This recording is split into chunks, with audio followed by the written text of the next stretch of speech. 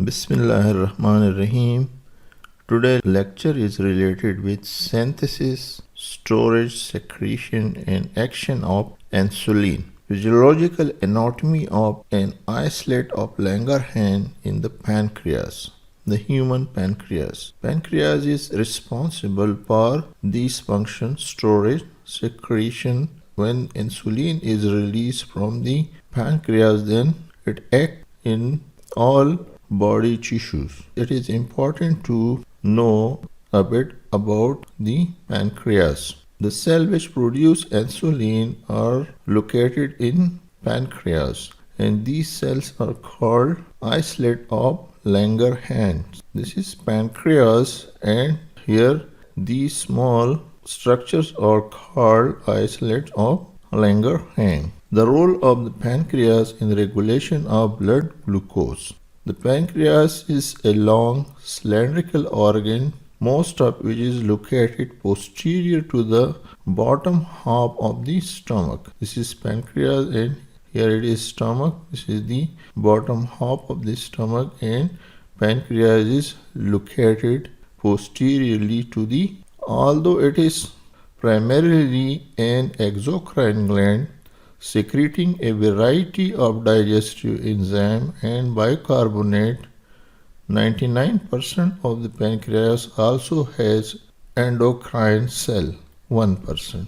Pancreas is composed 99% of the cells which are responsible for the secretion of digestive enzyme and bicarbonate, and 1% are those cells which have endocrine function, and these cells are 1% and are called islet of Langerhans. These dot-like structures in the matrix of pancreas are called islet of Langerhans. Its pancreatic islets culture of cell. The islet of Langerhans secrete the hormone insulin, glucagon, somatostatin and pancreatic polypeptide. Islet of Langerhans, region of the pancreas that contain its endocrine or hormone-producing cell. This is the pancreas made of acinar cells. These are the acinar cells, and between the acini there are islet of Langerhans. These are the acini, and between there is islet of Langerhans which produce hormones. The human pancreas has 1 to 2 million islets of Langerhans, each only about 0.3 millimeter in diameter and organized around small capillary into which its cells secrete their hormone. The islet contain 3 major types of cell: alpha, beta and delta cells, which are distinguished from one another by their morphological and staining characteristic. This is islet of Langerhans, in which there are alpha cell, beta cell and delta cell, and these cells stain different color and perform different morphological functions. The beta cell constitute about 60% of all the cell of the islet, lying mainly in the middle of each islet. In this Langerhans, the beta cell are 62%, and these cells are lying in the middle of the Langerhans, and the alpha cell then surround. Delta cells are scattered between the alpha and beta cells. The beta cells secrete 2 hormones, insulin and amylin, and they are secreted in the same volume or quantity, but the action of amylin is not known. The alpha cell, which is about 25% of the total cells, secrete glucagon, and the delta cell, which is about 10% of the total number of cells, secrete somatostatin. In addition, At least one other type of cell, the PP cell, is present in small number in the islet and secrete a hormone of uncertain function called pancreatic polypeptide. The close interrelation among alpha, beta, and delta cell. The close interrelation among these cell types in the islet of Langerhans allows cell-to-cell communication and direct control of secretion of some of the hormone by the other hormone. For instance, insulin inhibits glucagon secretion, amylin inhibits insulin secretion, and somatostatin inhibits the secretion of both insulin and glucagon. The beta cells are located centrally and they are surrounded by the alpha cell, and the delta cell are scattered between the alpha and beta cell, and they secrete different hormone. The beta cell secrete insulin, and as these cells are closely situated or in close relation with each other, so they transfer their information with each other or they share their information with each other, and they are in close relation with each other. So secretion of one inhibit other or inhibit the secretion of other cell, like here that insulin inhibit glucagon and amylin inhibit insulin, and so on. And somatostatin inhibit the secretion of both insulin and glucagon. Blood supply to the islet. While islet of the Langerhans make up to only an estimated 1 to 2% of the total pancreas, they receive up to 20% of its blood supply. The Langerhans cells are only 1 to 2%, but the supply is 20% of the supply to the pancreas. They drain 20% of blood which reach the pancreas. The number is small, but the blood supply is more. The rich vascular blood supply of pancreas originate from the splenic artery, allowing islet to be readily exposed to splenic blood glucose concentration. The vessels which supply the islet of Langerhans originate from the splenic artery, and they directly supply the beta cell, and from these cells then they spread to the periphery. Insulin is synthesized in significant quantity only in the beta cell in the pancreas. Since it is protein or a polypeptide structure, it is synthesized like most other protein via transcription and translation of DNA into messenger RNA and amino acid change or polypeptide. The synthesis of protein of insulin is same like the synthesis of other protein, because insulin is protein in nature. Thereafter, the protein chain undergoes structural changes to achieve its final form. In first step of synthesis, a single chain molecule is formed called pre-proinsulin. Pre-proinsulin is a single chain molecule which is comprised of the signal peptide, single chain which contain a signal peptide, insulin beta chain. The second portion is called the insulin beta chain, and the third portion is called C peptide. At a point where the beta chain ended, from there another chain originated or started, which is called the C peptide chain, and the last portion is an insulin A chain. This is the last portion which began after the C peptide chain. So this single chain is comprised of signal portion, B chain, C peptide, and A chain. Transcription and translation of DNA into messenger RNA, it takes place in the nucleus of the beta cell. This chain, it is composed of four portions. It starts in the nucleus of the beta cell, and the gene is located on chromosome 11. Insulin gene is located on chromosome 11.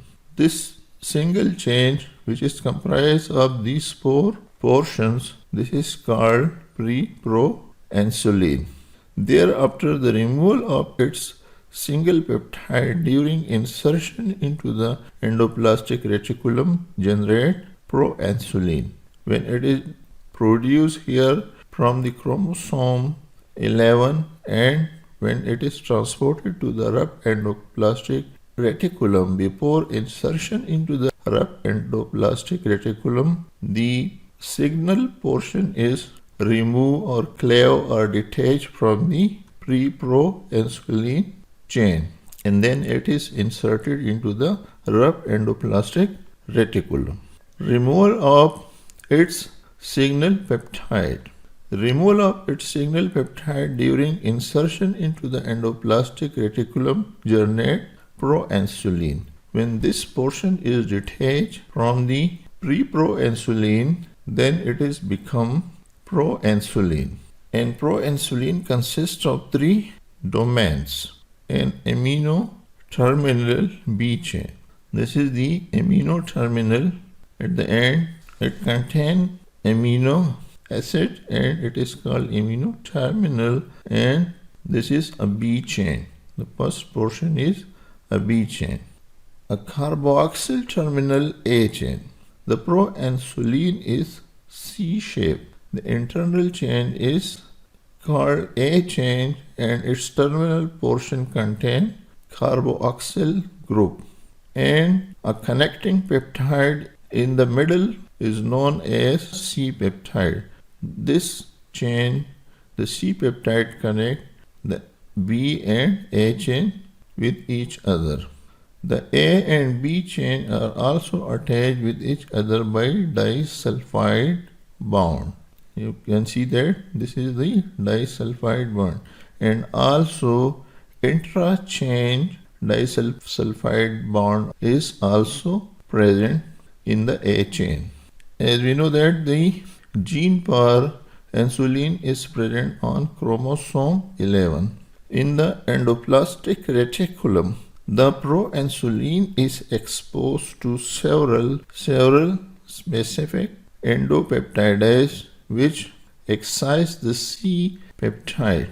When this proinsulin is inserted into the rough endoplasmic reticulum, it is exposed into multiple or several specific endopeptides which bring changes or which cleave the C chain from the proinsulin. When the C chain is detached from the proinsulin, then it is transported from the rough endoplasmic reticulum to the Golgi apparatus. And in the Golgi apparatus, the C chain and the C peptide in the A and B chain are stored in a vesicle.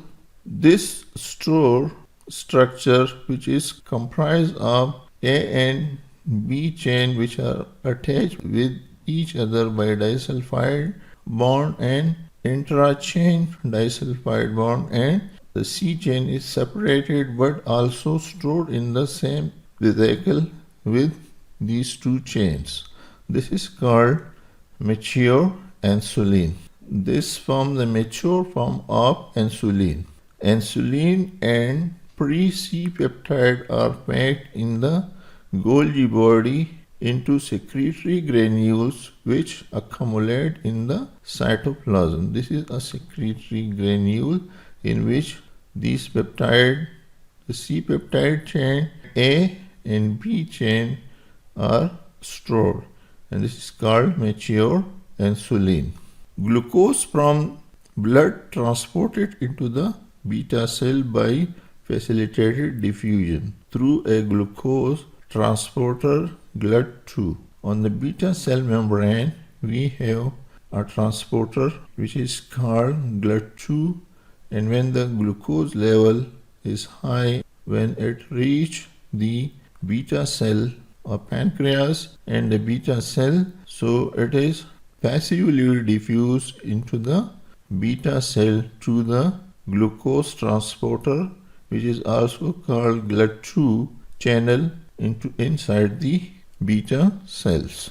This leads to elevated concentration of glucose within the beta cell. When the glucose enters into the beta cell, the glucose level in the beta cell is increased or alleviated. The glucose undergoes glycolysis and release multiple high energy ATP molecule. Extracellular glucose level become high, it diffuse into the influx of glucose occur into the inside of the beta cell.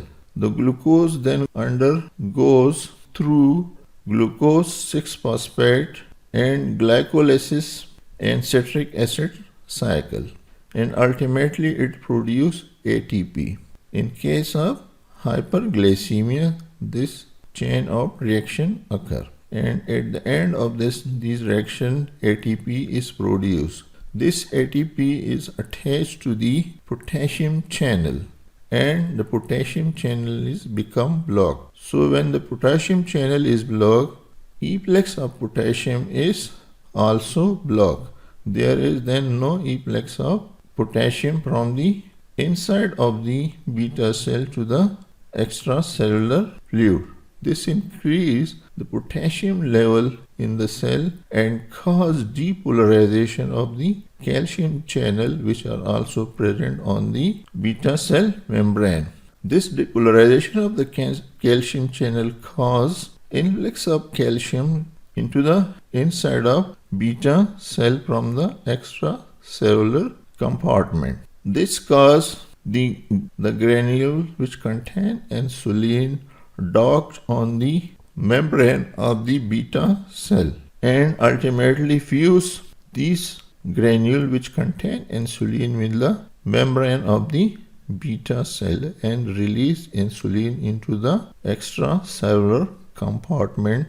When there is low blood glucose, there is production of low ATP and the potassium channel is open. There is efflux of potassium and increase hyperpolarization of the cell. This causes decrease calcium influx to the cell and decrease insulin secretion from the cell. When there is hypoglycemia, the potassium channels are open and efflux of potassium occur, which block the calcium channel, and the calcium entry to the beta cell is prevented, and it cause or prevent efflux of insulin from the beta cell into the external compartment. In other case, when there is increase in the glucose level, there is increased production of ATP.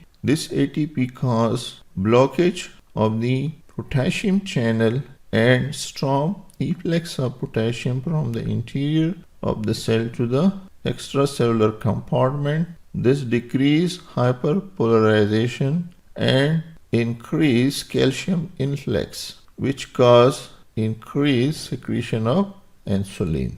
This is another diagram. You can see that glucose is passively diffused, pass through the glucose 6-phosphate, citric acid cycle, and glycolysis and pyruvate cycle.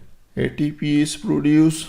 ATP attached to the potassium channel and prevent efflux of potassium channel and cause depolarization of the calcium channel. The calcium enter, bring the vesicle to the beta cell membrane, fuse these vesicle with the beta cell membrane and release insulin into the extracellular compartment or to the. On the other hand, when there is hypoglycemia, their hyperpolarization state, potassium escape from the cell and calcium channels are blocked. There is no influx of calcium and no attachment of the granules with the cell membrane, and there is decreased secretion of insulin into the extracellular compartment.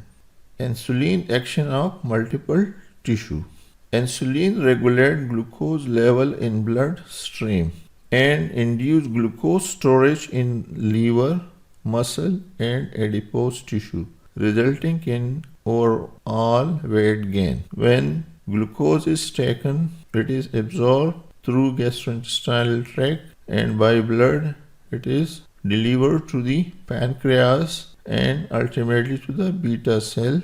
The beta cell produce or secrete insulin into the blood, and through blood this insulin reach to the liver, to the muscle, to the adipose tissue, and to the brain, and there it performs its action in different way. Activation of target cell receptor by insulin. On every target cell, insulin has its receptor. To initiate the effect on target cell, insulin first bind with and activate a membrane receptor protein. There is a receptor protein for insulin, and insulin bind to that receptor and activate it. The insulin receptor is a combination of 4 subunits held together by disulfide linkage, 2 alpha subunits that lie entirely outside the cell membrane, and 2 beta subunits that penetrate through the membrane, protruding into the cell cytoplasm. The insulin receptor is made of 4 subunits, 2 alpha subunits and 2 beta subunits. The alpha units are entirely located outside the cell, and the beta subunits are penetrating through the cell membrane and protrude into the inside of the cell. These receptors are attached with each other, the alpha and the beta receptor. They are attached by disulfide bond. The alpha and alpha receptor, which are located outside the cell, are attached with each other by disulfide bond, and the alpha receptor are attached to the beta receptor also by disulfide bonds. When the insulin binds with the alpha subunit on the outside of the cell, but because of the linkage with the beta subunit, the protein of the beta subunit protruding into the cell become autophosphorylated. Here the alpha unit is attached with the beta unit, and the beta unit is in connection with the interior of the cell through transmembrane. It penetrates the membrane into the cell. The receptor which is activated by the insulin outside the cell membrane, the signal are sent inside the cell, and when these signals are sent, this receptor is autophosphorylated. It contains tyrosine kinase, and the tyrosine kinase is first activated, and then autophosphorylation of this receptor occur, and then this process progress and cause autophosphorylation of more receptors. Glucose transporter gluts. Glucose is used aerobically and anaerobically to generate energy per cell. Glucose transporter gluts are transport membrane protein that transport glucose across the cell membrane. On the cell membrane on one side, here are insulin receptor. On the same membrane we have glucose transporter, which is called glut, and this transporter is responsible for the transport of glucose to the inside of the cell. Insulin promotes glucose utilization in heart through promoting glucose entry into the skeletal and adipose tissue. This is achieved through insulin-induced GLUT4 translocation from intracellular compartment to the cell membrane, which increase the overall rate of glucose plaques into a cell. This glucose transporter is independent of insulin, but the insulin increases the transport of glucose from the outside to the inside by increasing the number of these transporters on the cell membrane, which are called GLUT4. When the glucose enters into the cell, the insulin transport the vesicle which contain these glucose transporter from the cytoplasm to the cell membrane and increase the number of glucose transporter on the cell membrane. The number of glucose transporter are increased on the cell membrane, the influx of glucose increase. In addition to insulin stimulation, physical activity can also increase glucose entering into the skeletal muscle cell. Physical activity also increase the translocation of these glucose transporter vesicle to the cell membrane, and in this way increase the uptake of glucose by the cell. So the more a person is active, the more the cell absorbs the glucose, because the exercise or physical activity also produce insulin-like effect on these glucose transporter vesicle, which are transported from the cytoplasm to the cell membrane. Insulins accelerate the movement rate of GLUT4 containing vesicle to the cell membrane. When more GLUT4 is on the plasma membrane, more glucose enters the cell without any change of the GLUT4 specific activity. After insulin is removed, the amount of GLUT on the membrane drops and the rate of movement returns to basal activity. Classification of GLUTs. GLUTs are classified into three classes. Class 1 include GLUTs 1 to 4 and GLUT14, which are responsible for glucose transport. Class 2 consists of GLUTs 5, 7, 9 and GLUTs 11, which are considered as fructose transporter. Class 3 contain GLUTs 6, 8, 10, 11 and GLUT13. Here two types of physical activity. One is aerobic and the other is resistant exercise training. In aerobic activity, GLUT4, GLUT12 and GLUT1 is activated, and when it causes influx of glucose into the interior of the cell, which carry or translocate the GLUT4 or GLUT2 to the cell membrane and increase influx of glucose from the blood into the cell, and in this way decrease the blood glucose level. In restrained exercise, GLUT6, GLUT10, GLUT3 and GLUT1 is activated, and they transport GLUT6 from the vesicle located in the cytoplasm of cell. These GLUT6 are transported to the cell membrane, and in this way increase the influx of glucose. Therefore, in aerobic exercise, the influx of glucose is through GLUT4, GLUT12, GLUT1, and in resistance exercises, the glucose influx is through GLUT6.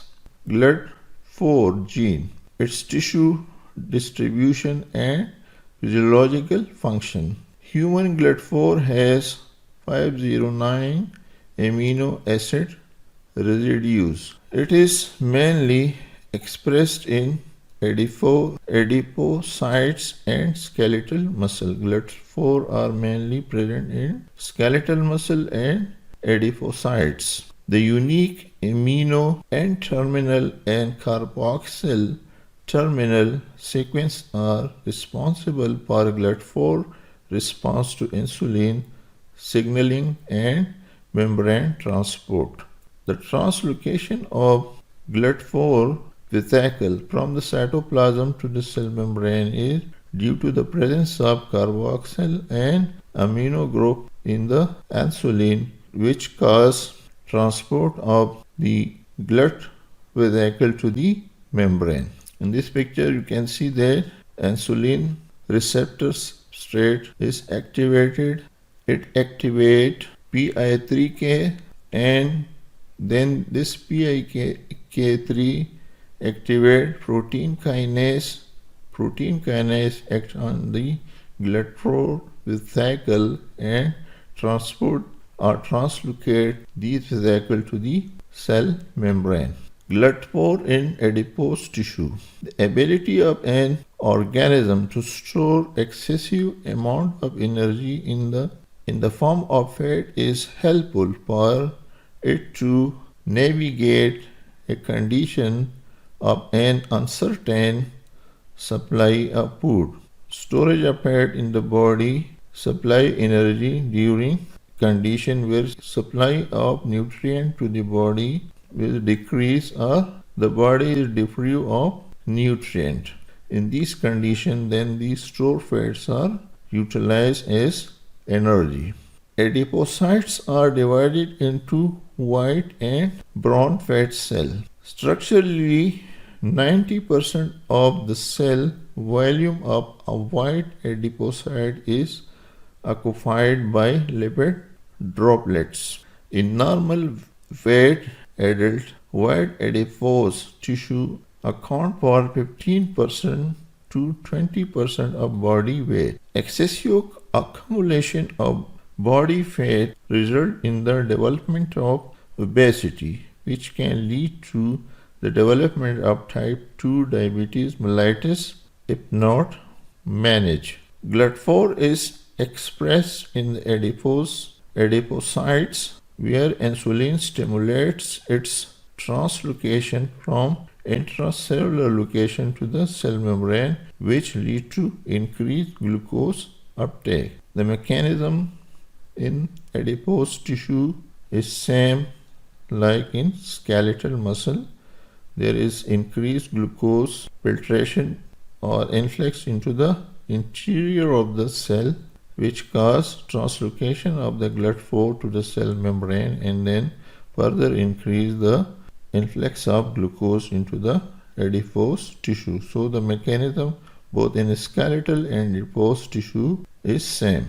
High expression level of GLUT4 in adipose tissue can enhance insulin sensitivity and glucose tolerance. GLUT4 in the heart. The heart works constantly to support the body circulation throughout the lifespan. Glucose is transported into cardiac myocyte through GLUTs. GLUT4 represent around 70% of the total glucose transport activity. In basal state, GLUT4 is found mainly in the intracellular membrane compartment and can be stimulated by insulin and ischemia to translocate to the cell membrane. Again, here the mechanism is same. When the glucose concentration is increased inside the cell, the GLUT4 vesicle are translocated to the cell membrane of the heart cells. GLUT4 in the brain. The brain can consume about 120 gram of glucose per day, which is about 420 kilocalorie, account for 60% of glucose ingested in a human subject. The glucose influx and metabolism in the brain can be affected by multiple factors such as aging, type 2 diabetes, and Alzheimer's disease. Reduction of glucose metabolism in brain can lead to cognitive deficit. Insulin stimulation can enhance memory and cognitive functions. This enhancement may require the brain GLUT4 translocation.